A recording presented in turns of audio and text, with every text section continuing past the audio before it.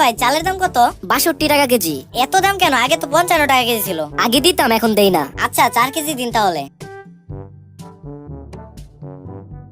এই ভাই, টাকা না দিয়ে যাচ্ছেন কেন?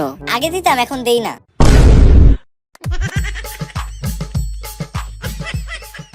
স্যার স্যার, আমার সব চুরি হয়ে গেছে। আমি জানি কে চুরি করেছে। কে স্যার? আমি নিশ্চিত এটা কোনো চোরেরই কাজ।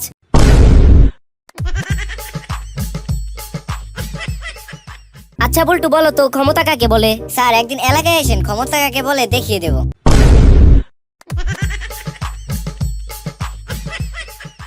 বাবা, তুমি অন্ধকারে লিখতে পারো? হ্যাঁ পারি, তা কি লিখতে হবে? বেশি কিছু না বাবা, শুধু আমার স্কুলের রিপোর্ট কার্ডে একটি স্বাক্ষর দিলেই হবে।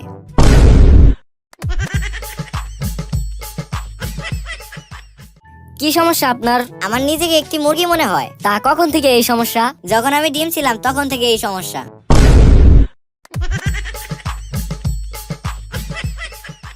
আপনাকে না বলেছিলাম 1 বছরের শিশু যা যা খায় আপনাকে তা খেতে? ডাক্তার সাহেব, আর পেরে উঠছি না আমি। কেন, আপনি কি কি খাচ্ছেন? মাটি, জুতার ফিতা, কাগজ, এগুলাই।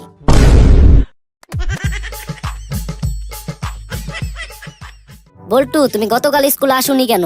আমার নানু মারা গিয়েছিল স্যার। কি ব্যাপার বল্টু, তুমি গতকাল স্কুলে আসোনি কেন?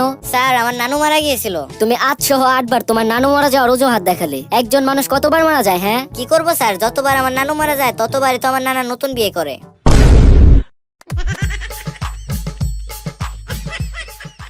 আচ্ছা, আমি যে তোমাদের গালি দেই এতে তোমরা কি রাগ করো? কেন স্যার, রাগ করবো কেন? আমরাও তো আপনাকে ফেরত দিয়ে দেই।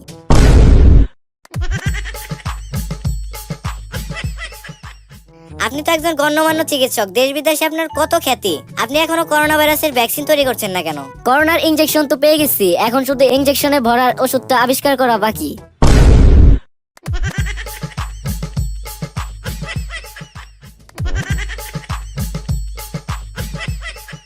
দোস্ত, খুব চিন্তায় আছি আমি। কেন রে? আর বলিস না, শুনলাম জীবনটা নাকি 2 দিনের, আর আমি 7 দিনের এমবি কিনে বসে আছি।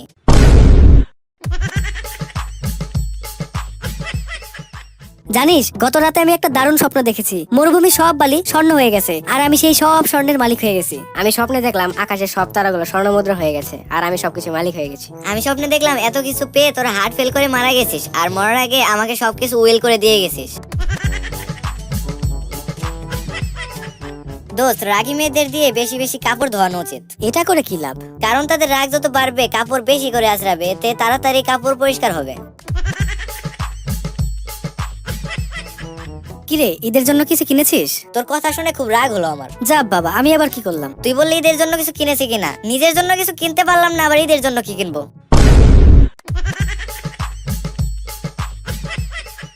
কিরে বন্ধু, মুখটা পেঁচার মতো করে আছিস কেন? কি আর করবো, একটা মেয়েকে এত ভালোবাসি যে শূন্য হাতে দাঁড়িয়েছিলাম ভালোবাসার দাবি নিয়ে, আর ও কি করলো, ভিক্ষুক ভেবে 4 আনা পয়সা হাতে ধরিয়ে দিল। তাও ভালো, একেবারে শূন্য হাতে তো আর ফিরিয়ে দেয়নি।